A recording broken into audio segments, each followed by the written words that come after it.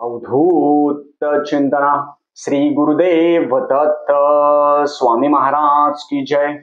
छत्रपती शिवाजी महाराज की जय. श्री स्वामी समर्थ. आज मी आपल्याला अनंत व्रताची पूजा मांडणी, अनंत व्रत कोणी करावं, हे किती वर्षासाठी असतं, अनंत व्रताच्या दिवशी गुरुचैत्राचा कोणता अध्याय वाचावा आणि हे व्रत कशासाठी करायचं, त्याच्याबद्दल मी आज पूर्ण माहिती सांगणार आहे. चॅनलवर पहिल्यांदा आला असेल तर अवश्य सबस्क्राईब करा, म्हणजे येणारे नवीन व्हिडिओ श्री स्वामी समर्थ महाराजांची गुरुचैत्राची आणि नवनाथ पारायणाबद्दल माहिती भेटेल. आपलं गेलेलं सगळं वैभव असेल ते परत भेटतं.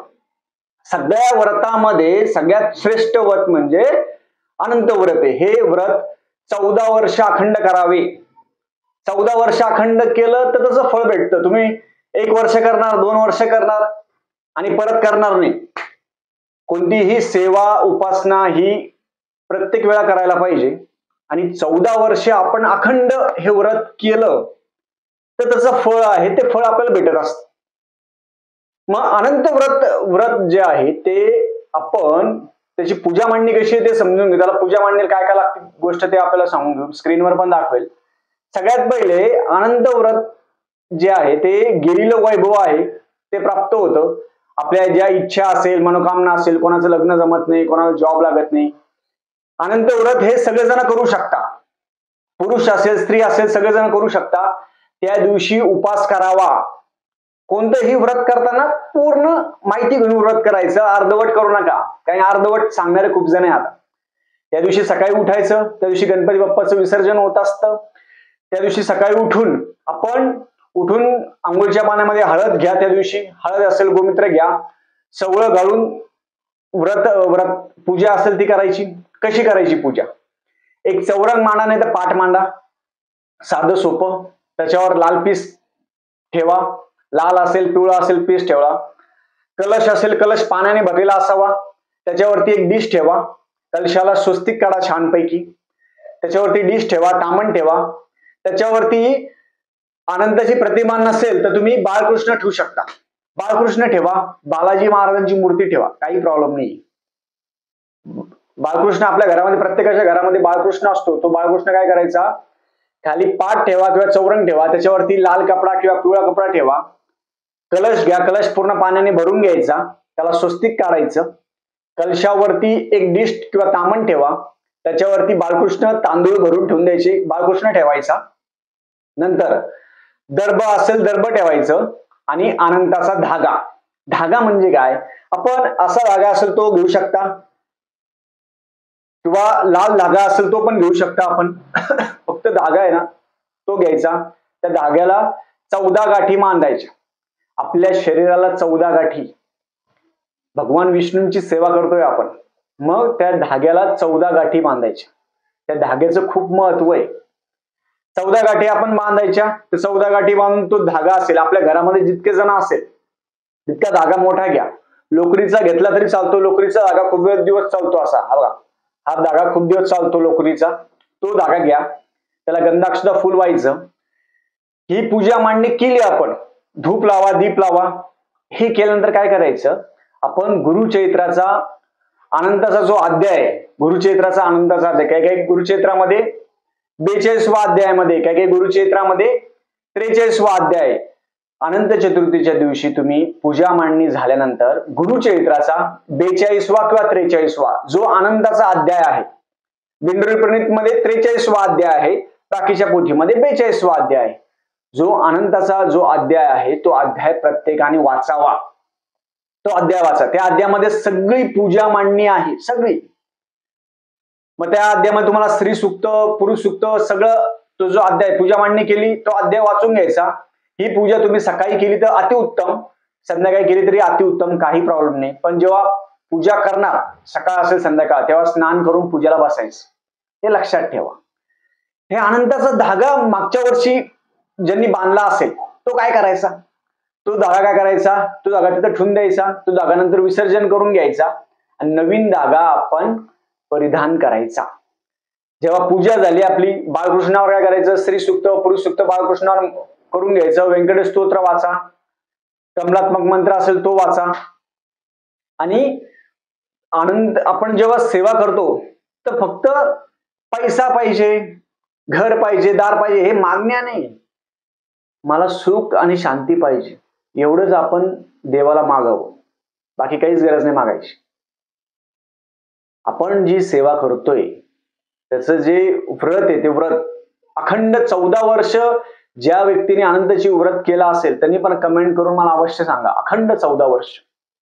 मग 15व्या वर्षी त्याचं उद्यापन असतं, 15व्या वर्षी हवन करायचं असतं, ब्राह्मण भोजन करायचं असतं. असं हे व्रत असतं. हे व्रताचा जो अनंताचा धागा आहे. मग खूप जण म्हणणार दादा आम्ही नॉनव्हेज खातो, काही काही दारू पिता, सगळ्या गोष्टी करता, मग आम्ही घालाव का नाही घालाव? तुम्ही एक दिवस तो धागा घाला, नंतर तो धागा तुम्ही तिजोरीमध्ये ठेवू शकता.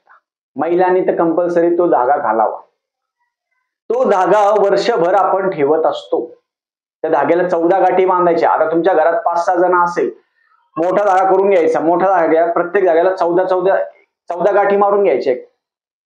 14 गाठी असतात. 14 गाठी अशा या प्रकारे ज्या गाठी असतात त्या 14 गाठी मारून घ्यायच्या. आणि 14 गाठी एकदा मारून घ्यायच्या. आणि त्या मारल्यानंतर प्रत्येकाच्या हातामध्ये एक सिंगल जरी बांधला आपण तरी होतं. गुरुचरित्राचा 42वा किंवा 43वा अध्याय वाचावा. आरती करायची, नैवेद्य आरती करायची. आणि नैवेद्य आरती केल्यानंतर आपण जी पूजा असेल ती पूजा दुसऱ्या दिवशी हलवायची. आणि ती केल्यानंतर खाली गहू ठेवायचे. कलशाच्या खाली गहू ठेवा. कलशातलं जे पाणी असेल ते दुसऱ्या दिवशी सगळ्यांनी आंघोळीच्या पाण्यात घ्या. दर्भ पण तिथं ठेवा. त्याला गंधाक्षरात फुल व्हायचं. गुरुचरित्राचा अध्याय पूर्ण वाचा. त्याच्यामध्ये सगळे स्त्री सुक्त, पुरुष सुक्त सगळं आहे.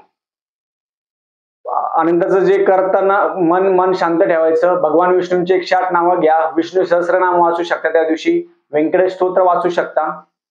आणि हे व्रत केल्याने काय होतं, ज्यांना त्यांच्या ज्या मनोकामना आहे त्या मनोकामना पूर्ण होतात.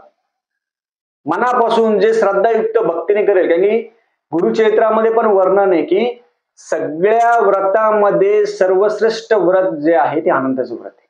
यांना प्रसाद काय करू शकता, चुरम्याचा लाडूचा प्रसाद दाखवायचा.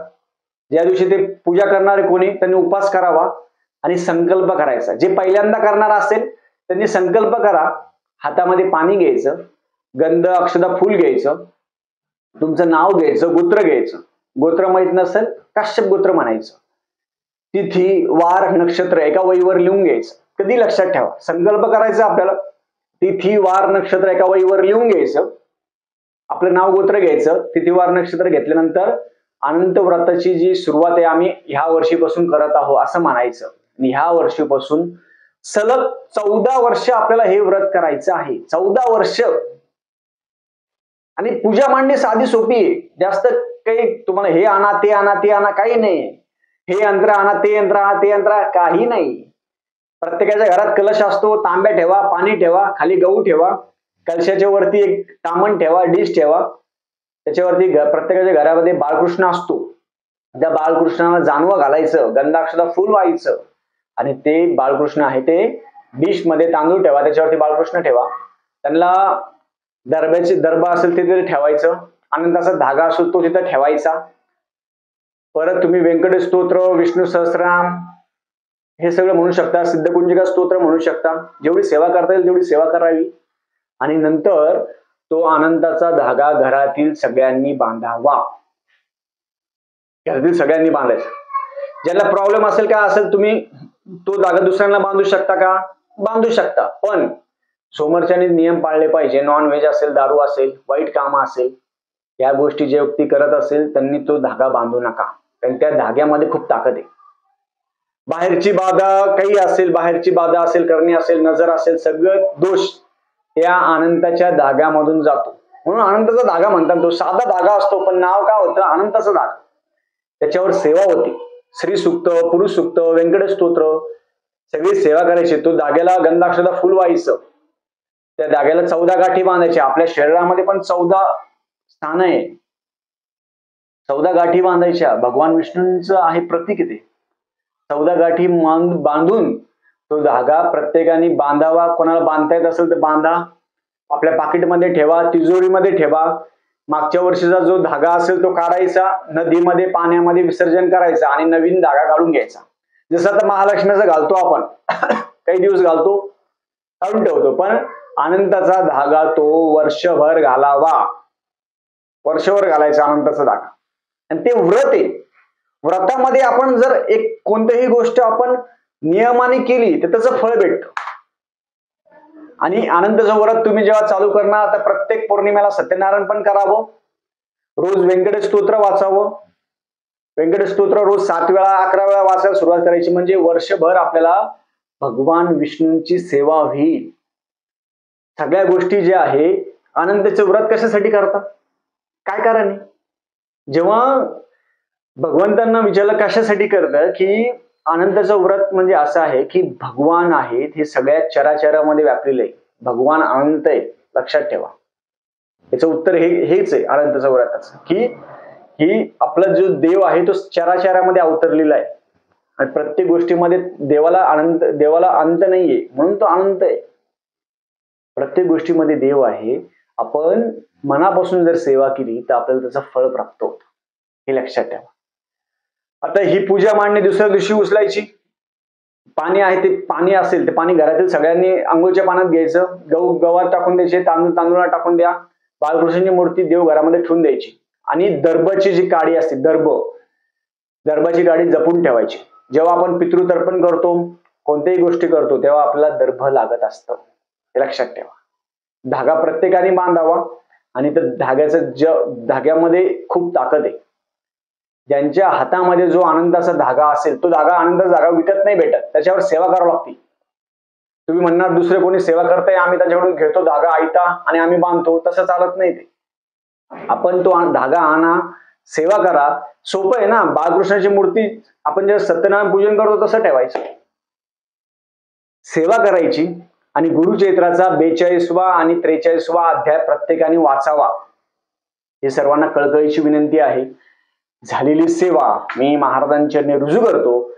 श्री स्वामी समर्थ.